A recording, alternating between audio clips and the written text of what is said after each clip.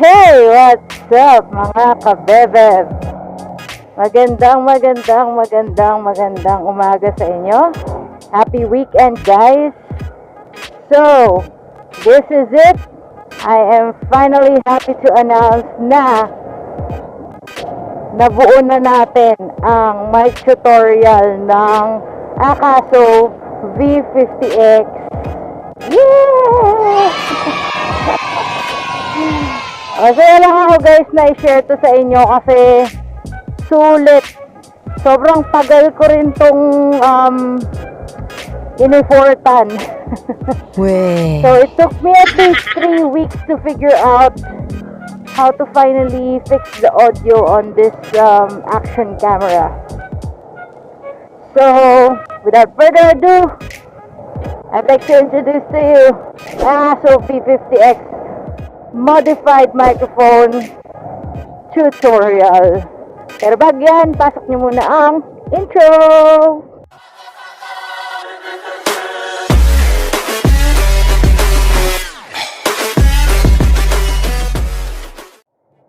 And welcome back, guys! So, ako nga pala ang bebeb niya, bebeb nyo, bebeb nating lahat, MotoBeb. Yan. So, kung first time mo pa lang bumisita sa channel ko, don't forget to hit that subscribe button. And if you find this video very helpful, also hit the like and maybe possibly share this to your friends. Ngayon, kung gusto mo naman updated ka lagi sa lahat ng uploads ko, don't forget to hit the bell button right here. Okay. So guys, isa lang naman ang dahilan yan no, bakit kayo napunta sa video ko eh. Gusto ninyong ma-solve ang microphone issue ng action cam ninyo. And ganyan din yung na-feel ko no, 3 weeks ago, maniwala ka. Akala ko, it was easy as plug and play. Bili ka lang ng external mic, tapos yun na, okay na yun. Hindi pala sa ganon. I came to find out na kailangan mo pa palang gumawa ng certain modifications para talagang makuha yung tamang timpla ng audio while shooting your motovlog videos. And thankfully, sa age na to, hindi na siya mahirap gawin kasi andyan si Google. And number 2, andyan si YouTube. So, majority of the techniques that I have applied dito sa my tutorial na to is pinag-combine ko yung mga video na mga other motovloggers na nag-tutorial din about external mic setup. So, I did so many trial and errors kasi iba-iba sila ng diskarte guys eh. And you would think na yung isa okay na, gagana na kasi pinost niya sa video niya na uy, it works.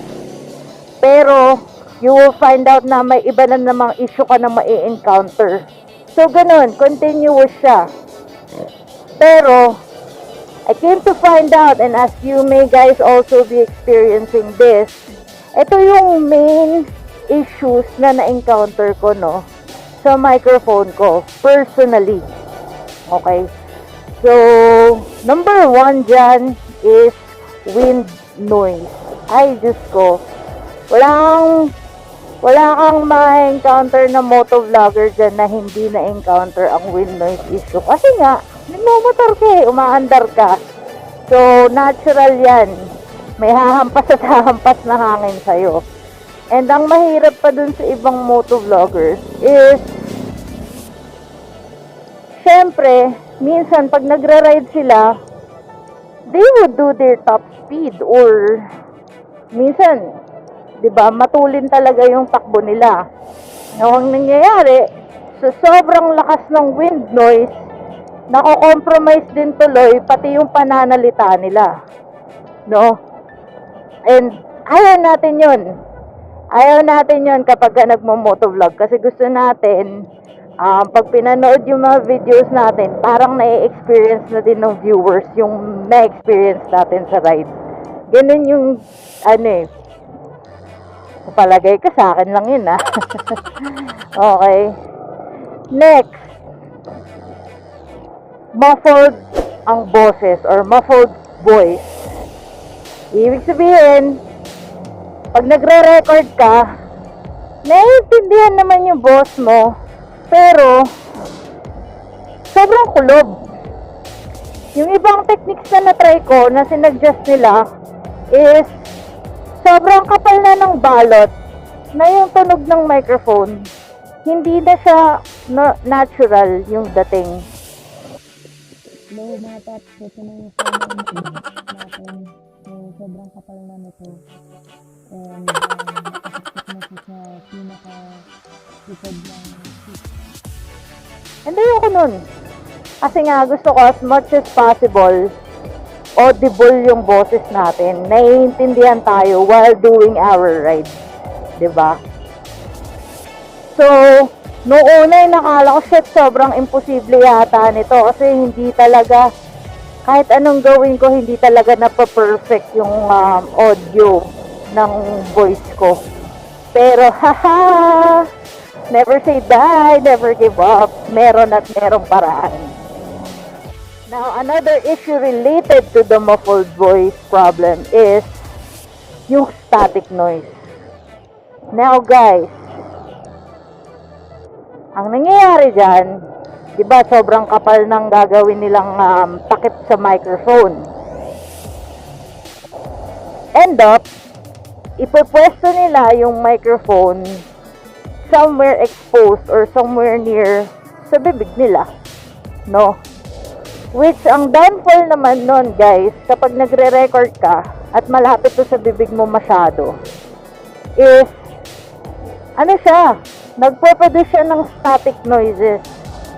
Or, kumbaga, alam niyo yung pag nagkakaraoke kayo, tapos tsaka boss, hindi, yung pag nagkakaraoke kayo, tapos bigla niyong nailapit yung microphone dun sa speaker ng karaoke. Ganon, biglang merong mag-whistle dyan, biglang lalabas si Mariah Carey? Hindi. Yan, basta meron kayong maririnig na mag-whistle bigla. And, that would be a feedback, no? Na tinatawag natin. So, ayaw mo ng ganon. In this case, kapag nagre-record ka ng motovlog, tapos masyadong malapit yung microphone sa bibig mo, nagpo-produce siya ng mas malakas na sound frequency. Anak. Alam mo talaga. Nagpo-produce siya ng sound frequency na mataas, na hindi match sa volume ng action camera mo. Ang end up nito, ayan, nagkakaroon ka ng static noises. Yun yung ganon.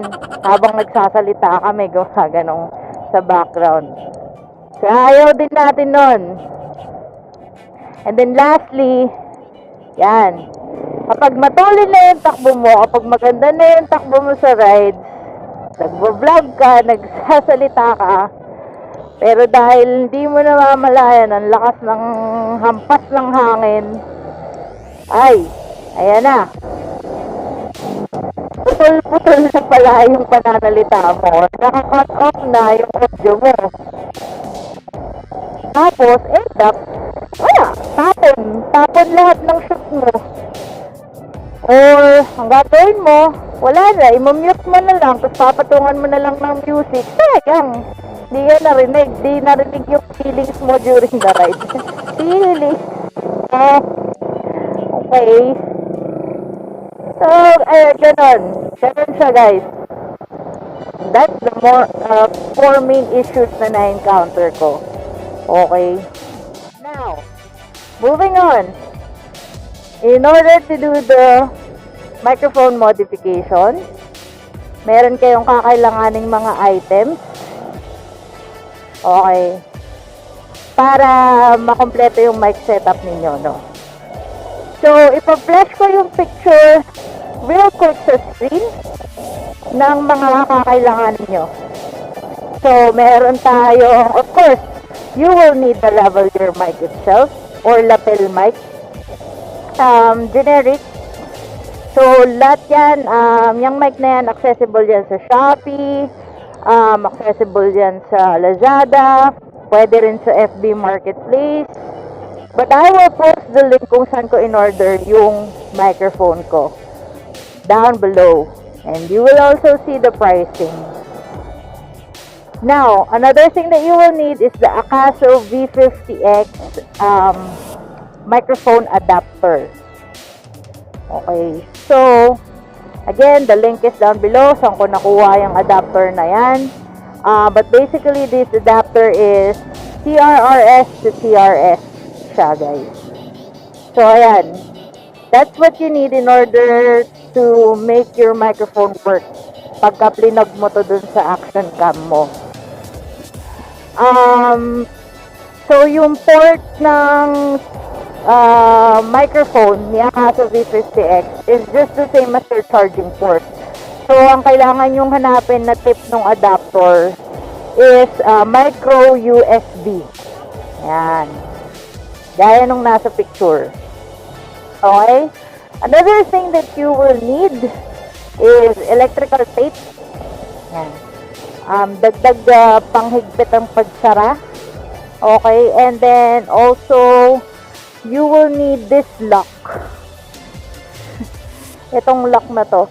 Hindi ko alam yung actual na tawag sa kanya. Sorry guys. Pero, good thing is, when you buy your Akaso V50X camera, or I'm assuming na kapag bumili kayo ng mga action cameras, this is already included. Kasi, kadalasan nakikita ko ginagamit to pang secure and pang lock sa cables. Yan. So, you will need one piece of that. And, kailangan nyo rin ng tan-tadadan, lobo. Yan. Yung mga bibili lang sa tindahan. Hindi yung super laking lobo, guys. Yung maliit as much as possible. Maliit na lobo. Yung pag tinapat nyo yung microphone ninyo, yan, with the foam, original foam on, swak siya. May susuksok nyo siya. Okay? And then, pair of scissors, you will need that. At kailangan nyo yung dishwashing sponge. Hindi tayo maghuhugas ng plato. Kailangan nyo lang yun kasi gagamitin nyo rin siya. Dishwashing sponge, mga kapatid. Ayan. So, nabibili lang yan dyan sa tabi-tabi, tindahan. Okay? And, lastly, ito yung pinaka importanteng bagay, no? Para talagang masulit ninyo yung mic setup ninyo. So, meron ipo-provide yan sa mga boxes na additional foam na kagaya nito. Kaya Akaso, ganito yung itsura ng foam niya pag dineliver sa inyo. So, meron siyang kasama dalawang ganyan, kabilaan, harap at likod ng mic pag in-unbox nyo. Okay? Hindi tapon yan, mga paps. Gamit na gamit natin yan. Okay? And then, the last thing, of course, hindi ko alam kung paano ikakabit yung setup na ginawa ko using a hank. Yung hank na, ang tawag dito, what you call this? Yung hank chin mount. Yan. Kasi si hank chin mount, ano siya, dinidikit lang siya dito, diba? Pero, I think there will be some straps that you can buy online. It's easy to check on some straps that you can buy online to secure your microphone later on. So, I'm sure meron yan, no? Okay, pero kasi guys ako, kung mapapansin nyo naman sa video, ang gamit ko, telecine chin mount.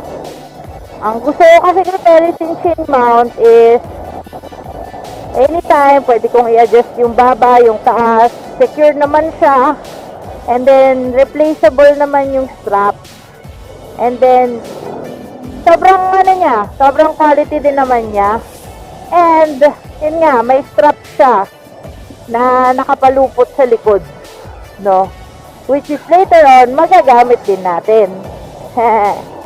Yan. So, now that kompleto na yung mga gamit natin, to make the build,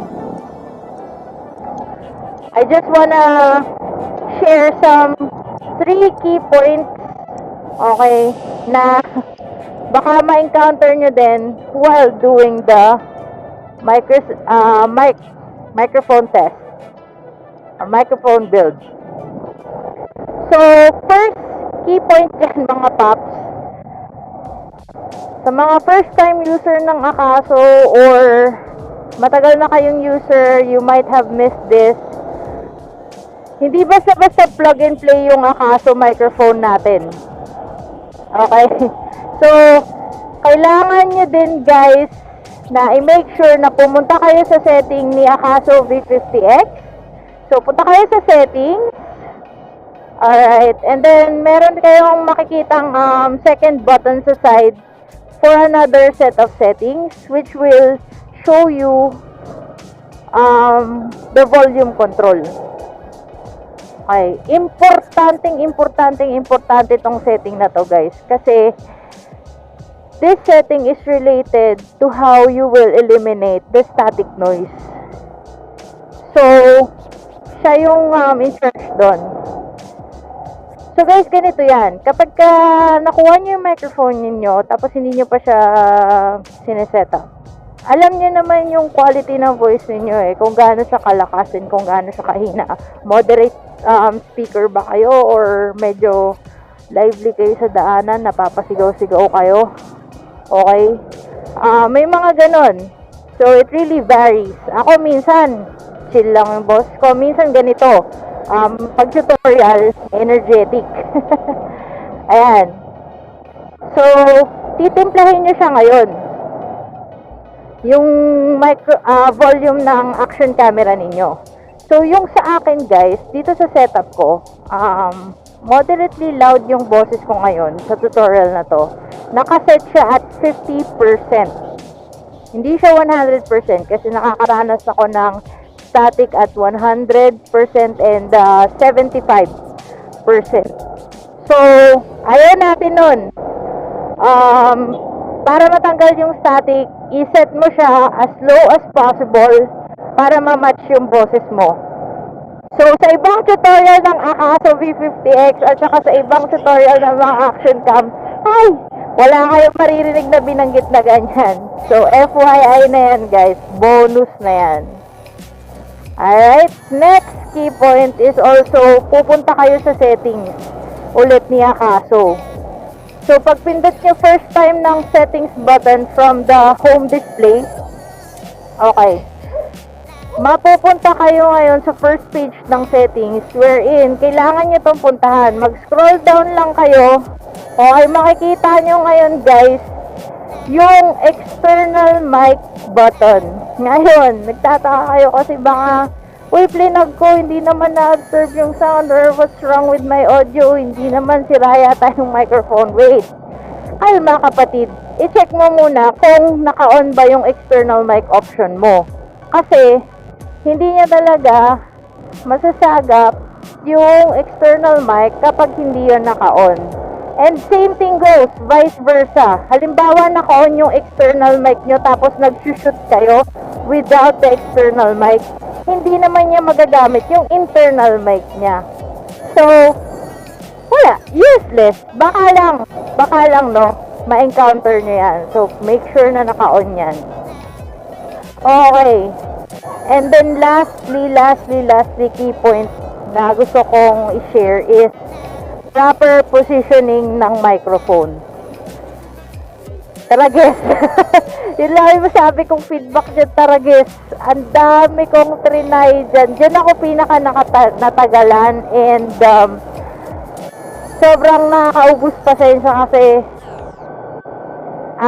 combination yan Timplahin mo, tapos ililipat mo ng iba-ibang pwesto para lang makuha mo yung pinaka the best position, okay, para sa microphone mo. Ngayon, it varies from one helmet to another kasi una sa lahat, hindi pare-parehas ang material ng foam natin, guys, or yung kapal ng foam natin, guys, or yung design ng foam natin, guys. Hindi yan pare-parehas, okay? So, that may play a factor kung saan nyo ipi-place yung microphone ninyo. Some of the moto vloggers na maganda yung quality or tunog ng microphone is sometimes okay na sa kanila na nasa gilid naka-place yung mic, no? Sometimes ganon. There are GoPro users na ganon. Pero specifically for the Akaso, the best mic position that I can suggest to you guys is dito. Dito. Sa harap mismo ng bibig ninyo. Eh, sabihin mo, teka lang, MotoBeb. Sabi mo kanina, ang goal natin is wag masyadong ilapit sa bibig yung microphone. As much as possible, mag-create tayo ng proximity kung saan hindi siya masyadong malapit sa bibig mo para mag-create ng static noise. Yes, binanggit ko yun. Pero, kaya nga tayo magma-mic modification, meron tayong ilalagay na harang or buffer para mag-create pa ng additional barrier between your voice and the microphone itself. So, kayo na! share ko yan mamaya. Okay, so for me, the best position that I was able to test out is dito.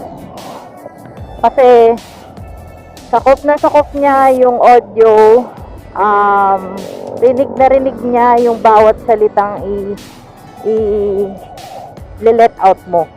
Okay? So, ganyan. Now, since ito yung position na napili ko, ang pros kasi dyan, guys, iba yung sa aerodynamics. Yan na. Aerodynamics, kung pa-forward ang takbo mo, yung hampas ng wind niya is pa ganito. Right, left, pailalim, and then pataas, and then sa likod. It will totally surround your helmet. No? Ngayon, ang downfall sa akin sa helmet ko, guys, kaya rin ako siguro natanggalan or na-frustrate kasi, di ba naka-telechin mount ako? Tinanggal ko yung chin guard. Ano, so open na open siya dyan sa ilalim. So maraming space para pumasok yung hangin.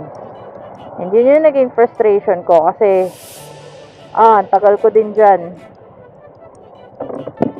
Okay. So, ito pala yung tunog kapag visor closed. Maganda pa rin yung quality. Ang tagal ko dun. Imagine ninyo, kahit saan ko ipwesto, sa tuktok ng ulo ko, sa pinakalikod ng cheek pad ko, sa gilid ng cheek pad ko, sa loob ng cheek pad ko, sa loob ng foam ng cheek pad ko. Ganun pa rin, guys. Ganun pa rin siya, promise. Pumapasok at pumapasok pa rin yung hangin kahit anong gawin ko. Pero kasi, kung dito nyo siya ipi-place, okay, dun sa wall ng chin, kung saan nakatapat sa bibig ninyo, mas less yung tendency ng hangin na pumunta dyan. Although, kapag mabilisan ng takbo ninyo, guys, okay, sa highway, syempre hindi nyo maiiwasan, kailangan yung umakit ng 60, 70, 80, so on and so forth, miles per hour. Mapipilitan yung hangin sa puwersa, mapipilitan yung hangin pumasok dun sa pataas, parang pataas na motion. Kasi nga, ang lakas na ng diba, puwersa. So, ganun. um, that might happen to you guys na akala mo secured na siya sa harap, hindi pa pala. So, yan lang, key point lang yan. Pero again, meron tayong ilalagay na barrier para mag-act as cushion to secure that wind noise sound. Okay. Okay. So, tapos na tayo sa ating key points. We are now ready to build the microphone. So, I will flash real quick sa screen ang step-by-step tutorial kung paano siya gagawin. So, it's not a video, it's a set of pictures para makita nyo na ang itsura. Okay. Na kapag after ginawa yung bawat step. Okay, and I'll also explain along the way. So, please watch this. Check this out.